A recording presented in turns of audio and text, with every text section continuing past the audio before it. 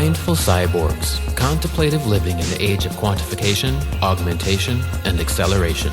With your hosts, Chris Dancy, Clint Finley, and Sarah Watson.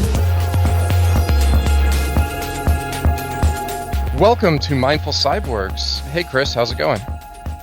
Good morning, Clint. I'm doing well. Things are going. They're all going and ending. Well, Sarah couldn't join us today because of time zone weirdness, but we have a special guest, Lawrence Ampofo. He is the host and founder of another podcast that we should all be listening to called Digital Mindfulness. You could almost think of as the European or UK version of Mindful Cyborgs. Welcome to the show, Lawrence. Thank you very much for having me. So, for people who aren't familiar with your show, could you maybe just give a little bit of a rundown of what the show is about and how it's similar or different from ours? So, Digital Mindfulness, the podcast started in March of this year. And what it really focuses on is exploring more deeply how we live with technology and the impact that has on us. We're really focused on improving the relationships that people have with their digital technologies, and also with digitized society. People come back and ask me often what that means, what is a digitized society? And just with the way that our digital devices and these digital services are just changing the way that we think and changing the way that we interact with one another, it's almost digitizing us.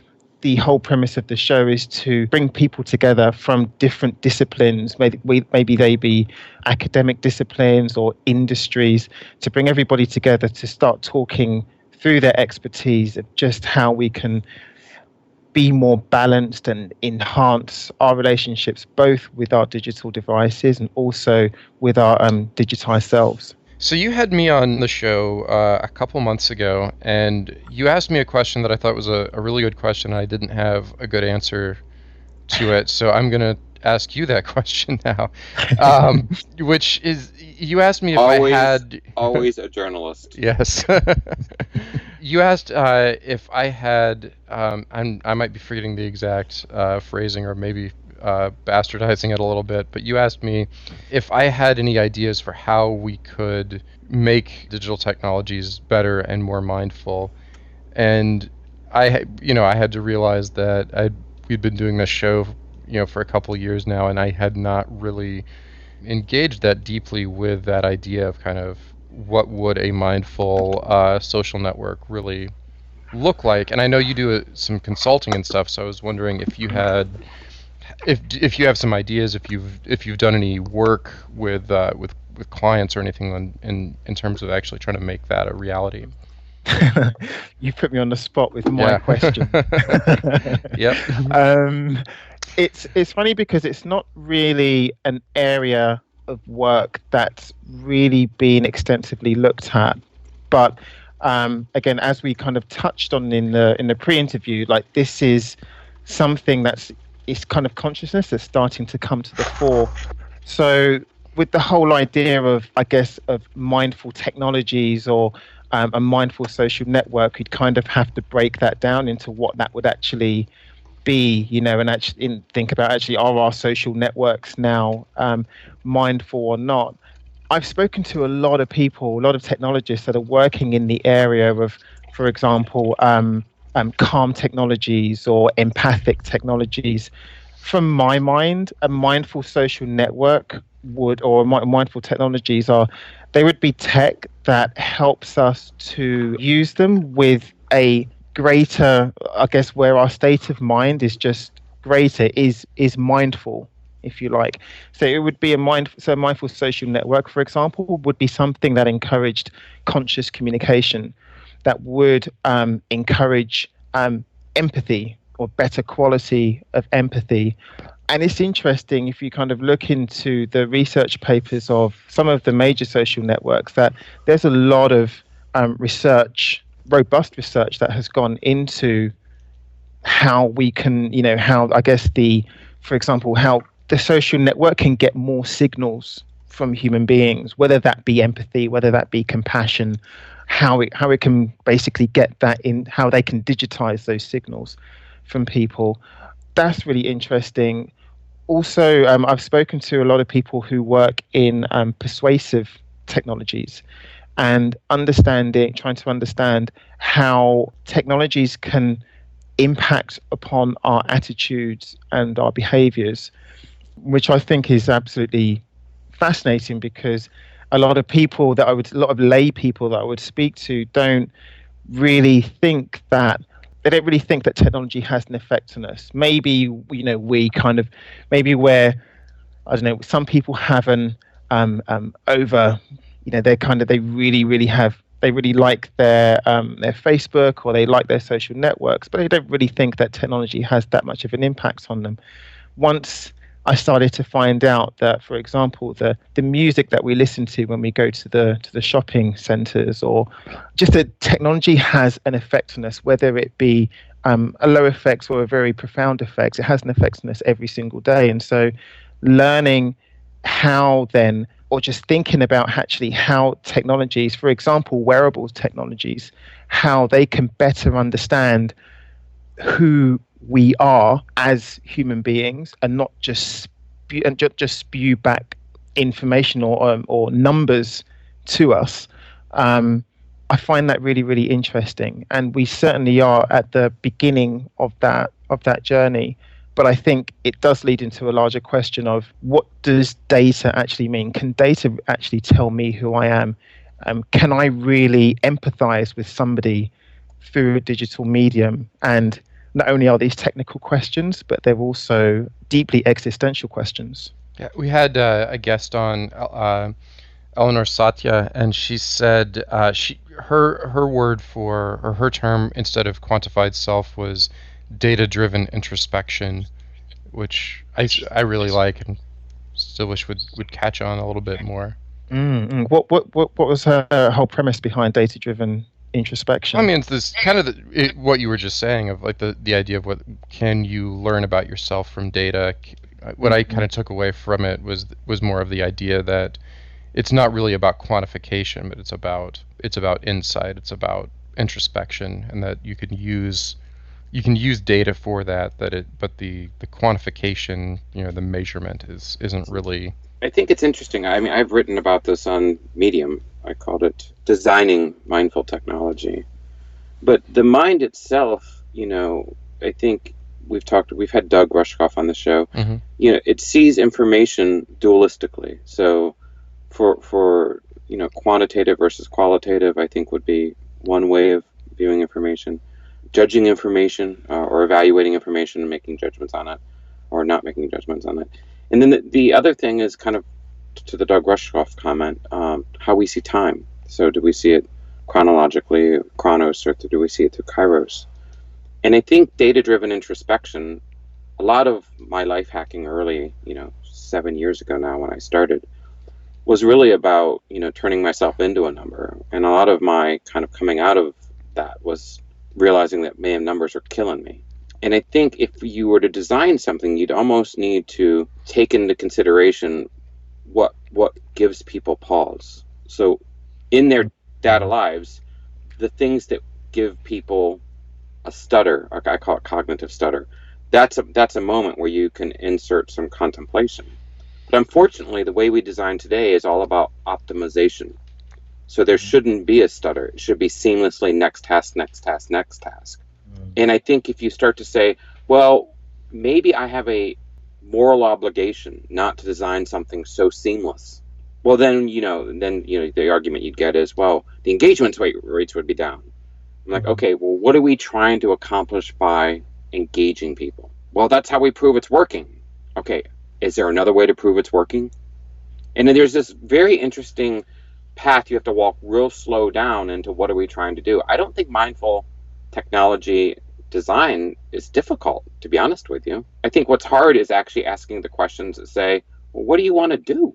Because Facebook has a great thing called their Day of Compassion. You can look it up on Facebook. They have it every year where they get together with all these kind of leaders in the movement, and they talk about it. And you could see their complete land grab of, their time hop. I forget what they call it, but like a year ago today you did this. It's kind of the first play at that.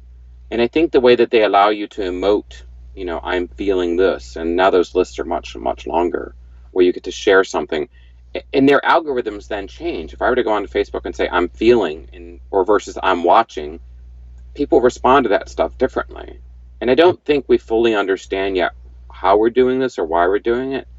But to Lawrence's point, there's huge opportunity, but we'd have to actually get to the question of what is engagement, and do you have a moral obligation to engage with yourself on your own behalf?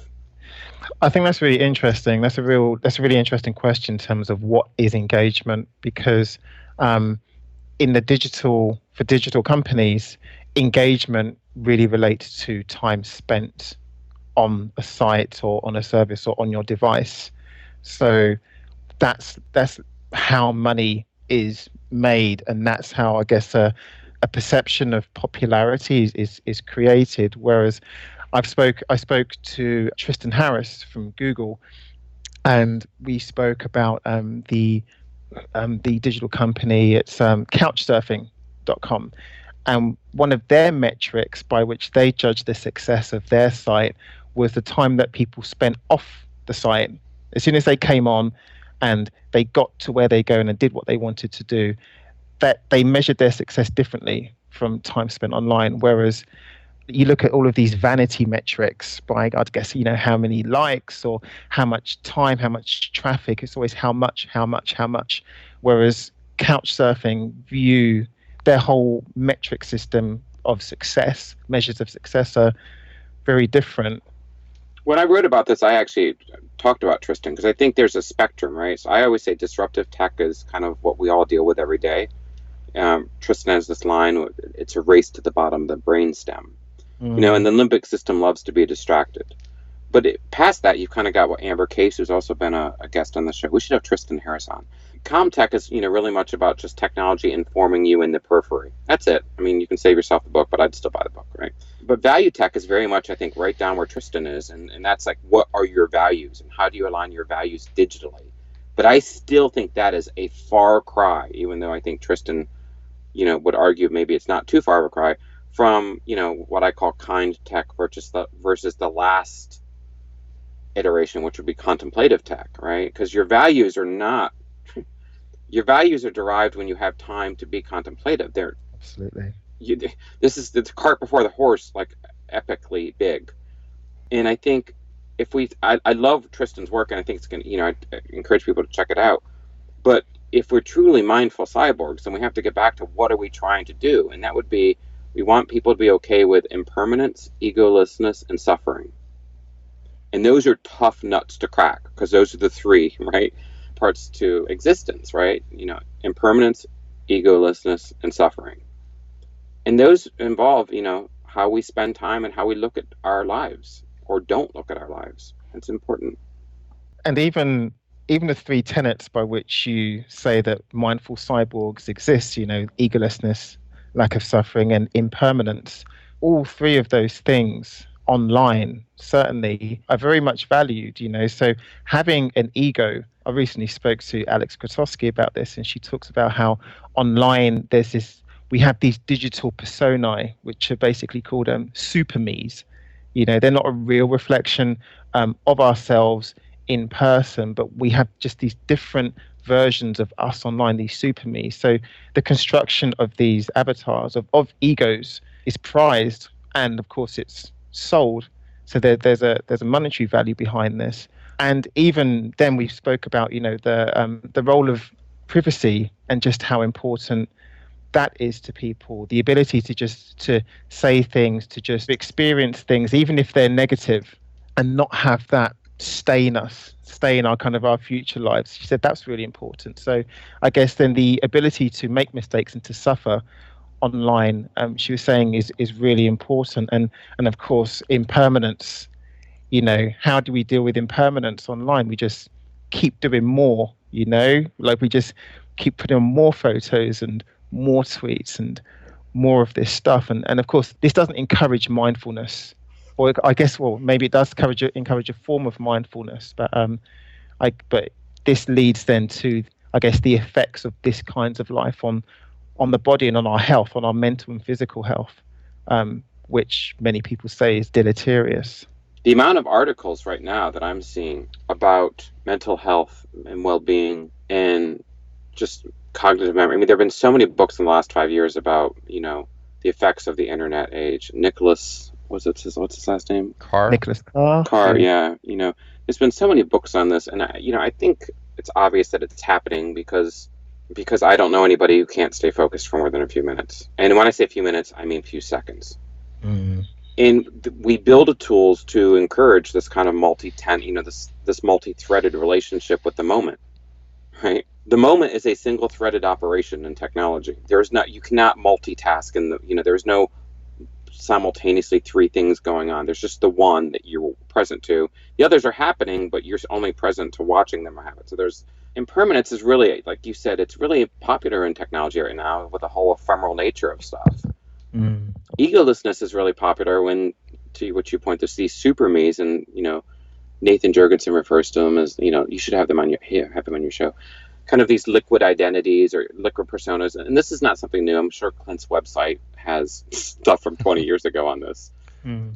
But I started noticing when I would go to websites and I'd be asked, how do you want to log in, as LinkedIn, as Twitter, as Facebook? I wasn't thinking about the privacy behind those settings as much as I was thinking about which hat was I putting on when I put on social login. And if I was truly picking a skin, like that I was going to wear into this party, like I'm eyes wide shut, and here's my mask and I'm going to this party, then that's really telling, because those services then could actually start to optimize, well, this is how we're going to present you, and not just a list of things. But it's the suffering, right? So we've got the egolessness and the impermanence with identity and ephemerality. But it's the suffering part that gets me, because that's the thing that's why the distraction is happening. Right? That's why we have multiple tabs in browsers. That's why mice have scroll wheels. That's why you've got window management. Notification management is now like a whole subsystem in the computer. And I think it's really interesting, if you look at your iPhone, that battery management is higher than notifications. If you look at the list of things. So managing how much energy you have to not spend your attention is actually more important in the iPhone settings. Yeah. But yet, we're not just doing the subtle things that would go, what would be most important? Well, actually, your privacy, and then your notifications, and then your battery. But just reordering that, would people even notice? I sometimes, sorry, I'm on a little rant. I sometimes will tell people, I do iPhone palmistry, and I'll just look at their phones and I'll go, turn off the battery percentage. Oh, I can't. Why not? I need to know exactly when I'm going to run out. Okay, then I need you to we're gonna let this sit there for a second. You need to know to the exact percentage that you're at 81%, not 80. Yeah. Okay, and then I'll say, okay, based on your iPhone, could you just turn on 24-hour time for a day? Why? Because you don't know 18. You're American. You don't know 1831. You don't know that that's 631. But what good would that do me? Because you need just a moment. Yeah. It's interesting when I've spoken about this, particularly the suffering. The issue always comes back to is that we're not literate. We just don't know how to. We kind of know how to use the technology, but we just don't know how to live with this tech. We don't know how to be digitized, and it's not just the older generations that grew up in a time without. They weren't born with technology. It's just everybody. We just don't know yet how to be digitized. We don't know how to live in a world where there are multiple screens, multiple windows, and how to try and give an equal amount of attention to each. And I find that this is, I think, just in the canon of literature and in the media content out there are very few people that are addressing this. So there's so much content there on how to do good UX, on how to build better software and better tech, etc. But in terms of how to actually live in this digitized age, there's not very much. And so, kind of without kind of making this without sounding too ingratiating, this is why I listen to Mindful Cyborgs, and this is why I set up Digital Mindfulness, because that whole question of how we should live, which has been tackled by philosophers and wise and spiritual people for thousands of years. I wonder how these people would ask or attack the same questions if they lived now with iPhones and. with But like 18. let's go back, 50 years. Mm, People couldn't sit and be mindful without screens. So the problem isn't the screens. We have to go back to the suffering, as you just mentioned. sure. So often, if you just, Clint and I, because of, I don't know your background, but because of our tech backgrounds, we kind of grew up with this pyramid, which data, information, knowledge, wisdom. Mm. And why is it we talk about big data and we never go beyond data? And why is wisdom at the top? Where's the big wisdom? And why is that not important to our culture? I think it's going to happen.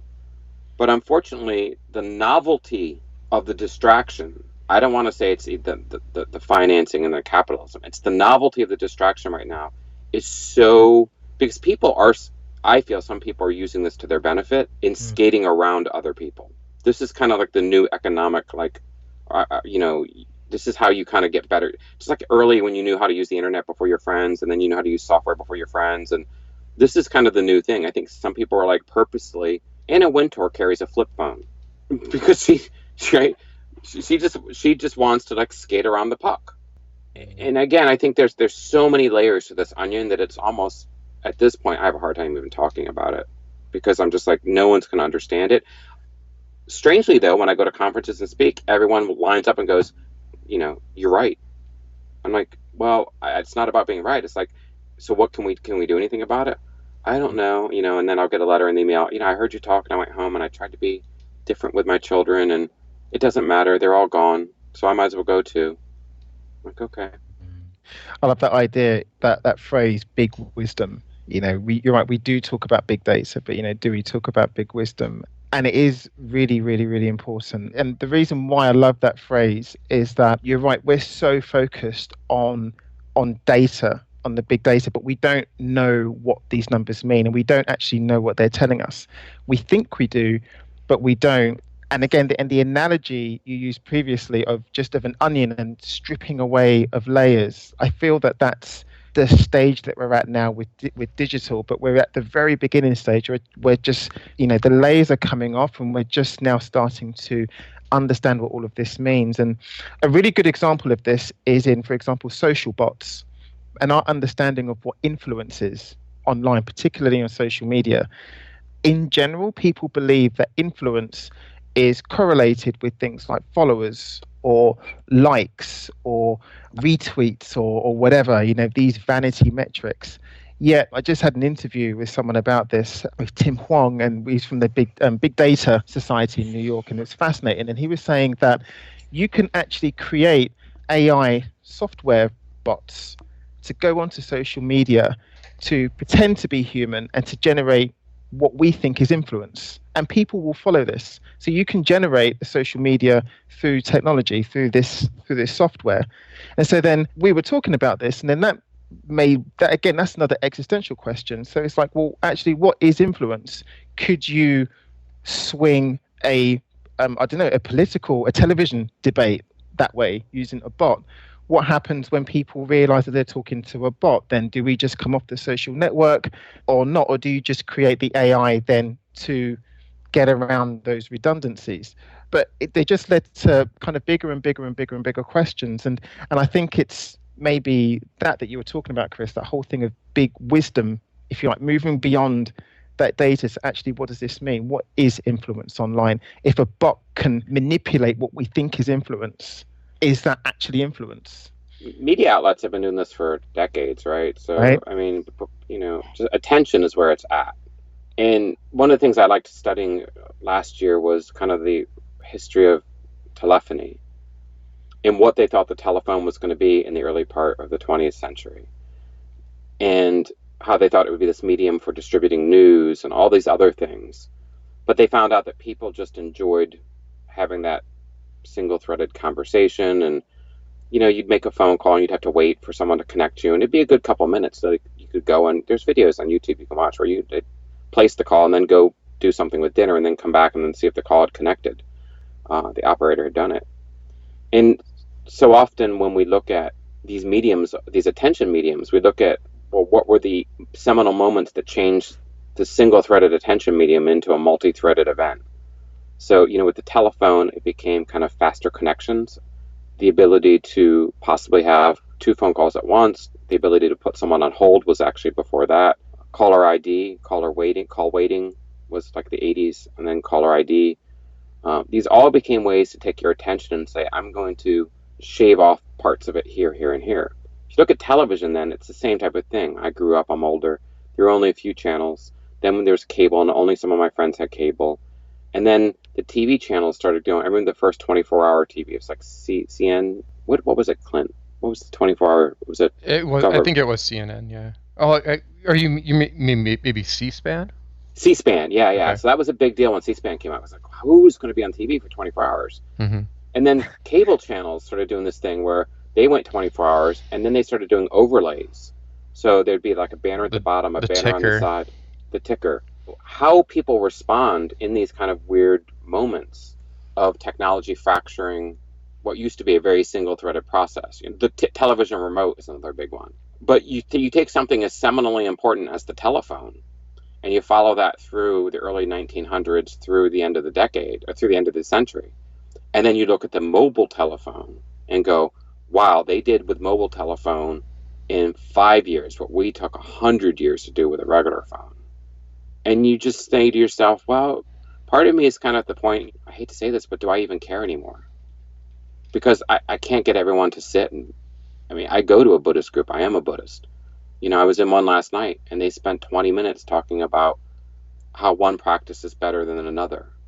Well, Tonglen will be better than our practice for that than metta. And I'm like, okay, so we're sitting here judging. I get it. It's, if you can make a Buddhist that prescriptive and judgmental, we have a bigger problem. And it's not even a problem at this point. It's just life. It's just done. Is that too much of a Debbie Downer? No, because I want to ask you a question, but I know. No, I'm just interested. Like, if you think that that's just the way that it is, then it's almost like, what's next? Like, how do we live? We're already seeing what's next, right? So the NIH and by the way, NPR had this great thing last year where they actually put an article out that said why people don't read news anymore, and the article just said, oh, you're actually reading this, but people kept resharing it to prove, like, to your point about bots, to prove that no one reads stuff. They just reshare, like, the headline. I think we're seeing what's next. So there have been a lot of great reports. Something I found a couple months ago in doing some research myself was suicide was up, and now it's like there's a Nobel Peace Prize guy just came out with a report saying, oh yeah, no, it's real. I mean, people are just offing themselves, especially white people. So the classes like bringing you the best in technology are just killing themselves. I think right now we're going to see 3 or 4 years of kind of this increasing suicides. It's now the number 4, 3, 2, and 1 cause of death for men between the ages of 15 and 55. Beating cancer and heart disease, suicide. So I think we're going to see this for another 3 or 4 years. And then we're just going to be at this kind of saturation point where peak attention just falls apart. And people are going to start looking for alternative causes. I mean, if you're in technology, now's the time to build mindful tech. The Google for wisdom hasn't been built. The Facebook for compassion hasn't been built. And I think the people, like Lawrence and definitely with the skill set I know that Clint has, these services are important. And the people who listen to the show, who tweet at us and who send us letters, and the people who don't do any of that and they just see you in public, right? We have a bigger following in public than we do online, and I'm fucking proud of that. A Google for wisdom and a Facebook for compassion. Yeah. Fucking. Have you guys heard the term contra internet yet? No, but I love it. No. Clint, you have the best stuff. And by the way, I love your teeny newsletters. Oh, thank you. Yeah, so I don't know how to even explain it. I was hoping maybe you guys would already know what it was. So if I could pass the buck yet again and just ask you to. From kind of the top article on it, Contra Internet describes the emerging militancies and subversions of the Internet. Comprised of multiple series, Contra Internet critiques the Internet as a hegemonic descriptor for digital networking and premier arena of political control, as well as documents and speculates upon network alternatives that social movements are developing globally, such as autonomous mesh networks, Yep. encryption tactics, darknet, and darknets. So, So it's yeah, happening. yeah. It's interesting, and it's hard to kind of pin down what exactly that is, but yeah, there's definitely an attempt out there. Somebody else I want to get on the show are these. Have you heard of the tilde movement? Mm-mm. Kind of throwing other stuff at the wall. So remember old school websites, like if you had a university account, your URL, if you had web space on the university server, it would be, georgewashington.edu/tilde, then probably like your first initial last name. You had all these, or or it would be something more complicated, but it was all there was always a tilde in your right before your name in this like complicated URL on some server somewhere. There's a couple sites, Tilde Town and Tilde Club, I think, that are just giving people just like globs of web space that's just plain HTML. So it's not a social network. It's not. It doesn't straitjacket you into any of these templates. It's just here's some web space. You can do whatever you want with it.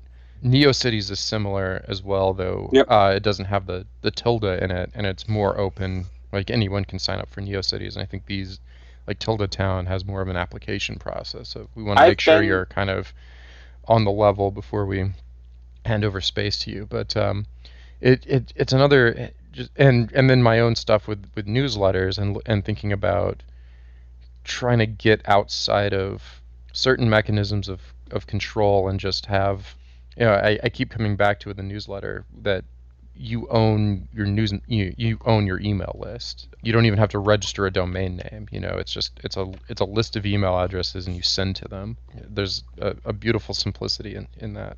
Have you been to any of Aaron Parecki's Indie Webs? Yeah, meetups? yeah. I went to one a couple years ago. Wrote it up for Wired. Yeah, so that Indie Web stuff is very much around with the tilde stuff you're talking about. Even if we got around the web space, let's just pretend for a moment we can get around the whole web property problem. Something I noticed, and I don't know, Lawrence, if you saw this, but the new Starbucks, I don't drink Starbucks, so I'm sorry I'm not more versed in this, but the new Starbucks application now has Force Touch, and the new iPhone, and I'm sure that Android will have it soon, has the ability to do things without opening apps. And what I think is so profound about this was I finally got to see someone last week at Thanksgiving use not the Force Touch, but use the Starbucks app. So we were having dinner, and she wanted a coffee. And she said, I'm going to order the coffee. And I said, oh, using the app, I've heard you can do that. She goes, yeah, because I took pictures of it. And she opened up the app, ordered the coffee, and gave a tip. And I said, you don't even know who the guy is, and you gave a tip. She goes, yeah, that's just part of the process. I'm like, okay, so now what do you do? She goes, well, now it'll count down and tell me when my coffee's ready, and it knows where I'm at, so I can just walk next door. So I walk next door filming this all because I'm completely a creeper when it comes to this stuff, right? I just love watching people do this as if it's normal. And she walks in, she goes around the line, goes to the end, looks for her cup, picks up the cup, and as she walks out, she looks over her shoulder, back at the line, and then looks at me and goes, look how great that was. And I said, when you used to go to Starbucks before the app, what did you like about it? She goes, I love going in to order my coffee. They know who I am. It's made just the way I want. It's great. Now I can just skip the line. I said, so what's different? She goes, the line's missing. I said, what else is missing? The people. You created a solution that circumvented all people. So, Clint's solution is very good, but I wonder about how many and now that you can do this with Force Touch, you don't even have to open up the app. So every time I see these services where, like, I just got Amazon Prime or Prime Now in my neighborhood in Nashville, so I don't have to go to the grocery store. I can just launch it for $3. And my Uber driver who was taking me to the Thanksgiving dinner I just described was like, I love it. When I'm not driving for Uber, in between, I just take people their groceries. And I said, oh, great. So when you see, and I'm always recording in the back seat. I said, so when you see people, when you bring them their groceries, are they thankful? Because they're always alone. I'm like, which is very much Sherry Turkle, right? Together alone. So there's this really weird phenomena of things are instantly popular if you can create something that avoids human interaction or allows you to pause it or DVR people. And I just think this is so dangerous. I think that's really interesting, isn't it? There's value in creating a solution that bypasses human interaction. Because that's kind of seen as an inconvenience. It's the number one technical driver in Silicon Valley. I can tell you right now, anything that involves not dealing with a human is huge. And I'll tell you, the one thing that makes you a better person is shitty other people. Because you have to sit with that. You have to feel uncomfortable with that, or you have to get angry back and learn that, okay, no one wants to talk to me because I'm a dick too. If you meet an asshole in the morning, you met an asshole at breakfast. You meet an asshole at lunch, and in the morning you met two assholes. If you meet an asshole 3 times during the day, you're the asshole. That basic evolutionary premise is embedded in everything we do, and technology strips it out. Inconvenience is literally evolution over time. Convenient technology is a death knell for attention and mindfulness. I'm sitting with this one. Yeah. I'm sitting with this one, and it is. I think it is. And everyone that I've spoken to on the show, and definitely this forms a lot of my thinking, is that the best technology helps me. It supports my humanity, rather than find ways around it to just get to what I want. Because you're right, actually going to the store, what I like is actually I do like the human interaction, and when you do meet somebody who makes an impression on you, and you're right, whether negatively or positively, you do remember them. And my experience of that time in that store is kind of, I guess, either degraded or enhanced, but I do remember that experience. Whereas, I don't know, your friend or your family member who just ordered that Starbucks and just went and picked it up and just went out again, and then paid a tip because that's what you do. You're right. It's really disassociating, isn't it? It's just the commodification of life, encroaching commodification. I think it's scary. I see it happening a lot in medicine, where you can now just send data to someone and they just send you back your results. And it all comes down to, again, it's like I said earlier, it's time and attention. And that's so difficult to even talk about because, the whole meme, time is money. But unfortunately, since we don't even know what money is anymore, we don't see it, right? What did I say once?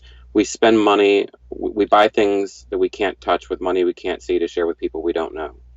That's so far removed from anything that we can understand as a species. And we're just not built for this. I often remind myself, it took, hundreds and hundreds and hundreds of years, possibly thousands, to domesticate horses and cows and oxen. And then it took hundreds and hundreds and hundreds of years to put tools on them. And then it took hundreds and hundreds of years to be able to create maybe, a system where, the crops wouldn't just die all the time. So the tools in our species kind of at least had a fighting chance. But when you operate on a screen refresh rate on a system clock over fiberly optic connected things, I mean, Cote, Clint, Cote. Yeah. Cote tweeted out the other day, small objects sending messages to one another. And, I saw that and I looked around my house because I have a pretty connected place. And I thought to myself, there is so much life here that I'm not part of. I mean, I get it. It's all happening seamlessly for me, but I'm not part of it. It's funny. I remember reading the story. This was years ago, but of that guy who he did that year-long experiment to see if he could just live online and never leave his apartment. And live online or live offline? Just live online. That's it. He didn't have to leave his apartment. That he could just do everything online, pay his taxes, do his grocery shopping, just everything that he didn't need. I don't know why he did this, wasted a year of his life, but proving that he could live a year of his whole existence just with a internet connection and a connected device. And it stuck in my mind because I just thought, that's awful, that someone would want to treat themselves that way, but also it just feels to me that we're at the adolescence of our relationship, or rather our experience of being digitized. Maybe not even at the adolescence, maybe at the childlike stage. How children kind of need to be distracted all the time. Yeah, and that's just how it feels. And now that there's this, there's a very, I guess, in relation to the whole world, there's a very small group of people that are actually kind of pulling back and asking, how can we develop technologies? How can we create digitized lives that enhance or support what it means to be human? What does it actually mean to live in balance or in tandem with that? I feel that that's just what's starting to happen now. Who can afford right now to live without technology? The mega wealthy. Everyone else, including the mega poor, have to. And the extreme poverty, which is less than $600 a month. I can't remember what the difference, the actual number between poverty. That number, those people are not living with technology. Someone said to me the other day, but poor people don't have technology. And I'm like, there are 3.5 billion smartphones on the planet. And they're going to be 7 billion by the end of the decade. Trust me, you're defining technology as high speed in Facebook. You're not, there was just a CDC researcher that was saying, no, we're watching for new patient zeros in Africa by cell signals, because cell towers, when someone calls a certain doctor's office a few times, we know that, okay, there's a new outbreak over there. So there's this whole idea that, this technology splinter, but I get back to, well, who does it? But just to step back once more about this kind of whole techno isolation. Even the Geneva Convention forbade prolonged experiences of isolation. But yet today it's actually celebrated. We've somehow confused independence with isolation. And interdependence would be a better eye to hang your hat on. But interdependence is not something, you go back to 1998. The IMAC stood for individual internet, right? What was the other? There's two more I can't remember right now. I've got it on one of my slides. But, it never really stood for, what it turned out to be, which is me. Me. It was, remember, when there was mobile, it was mobile me. And my iMac, my pod. And it's interesting to me that Apple's dropping, all the I stuff and just moving to the I phrase now. And you can say, well, that's just naming or just silly coincidence. But I think there's real power and gravity to a name. I definitely agree. And certainly what you were talking about in terms of connection, lots of people would say, in terms of isolation, people would say that actually, well, I get to go online all day, and I connect with people, so I'm not isolated. But that type of engagement, that type of connection is really shallow. It's really, really, really shallow. Porn stars get to fuck all day. I mean, one does not equate to the other. I didn't mean to interrupt you, exactly. But I'm connected to a lot of people online, but whores get to suck a lot of dick, right? I try to be vulgar, but it doesn't mean that's they're in love or that's sex, right? Yeah. And I think there are forces, in the world, that are just kind of just part of our evolution, just where we're at. But sorry. Does anyone have anything they want to sign off with? Well, I mean, I just want to say I really appreciate your work, Lawrence, and I was really excited when you were on Clint's show. When I was on his show. Yeah, when Clint was on your show, and hearing it, and I think just from the roster of guests you've had on, I think it's so important, and people always encourage people to listen to other shows, but I'm just so profoundly thankful for your work, and if there's anything we can do for you or I can do for you personally, that and let you just know that I'm there, and I really want to see you succeed. Thank you so much. That really means a lot. Just to kind of, it's funny, this conversation that we're having, it's just starting to kind of pick up in Europe. And for a long time, it was just, this is a labor of love, burning the midnight oil. And then it's just started now. People have just come back and saying wow, Lawrence, it's really cool. It's a really important discussion that you're having. And like I was saying in the pre-interview, I found Mindful Cyborgs years ago. You've been going for 2 years now. So I think I probably found you when you just started, and people are just starting now to kind of have this discussion. So I'm going to send those thanks right back at the both of you, because the work that you guys have done is definitely inspired me to do mine. So thank you. Nice. Hey, thanks. Thanks for taking the time today. And I just want to echo what Chris said. I'm just really excited to have other podcasts that are exploring this area. And yeah, thanks for all you do. Oh, you're very, very welcome. Cool. Okay, everyone, we'll see you next time. Bye.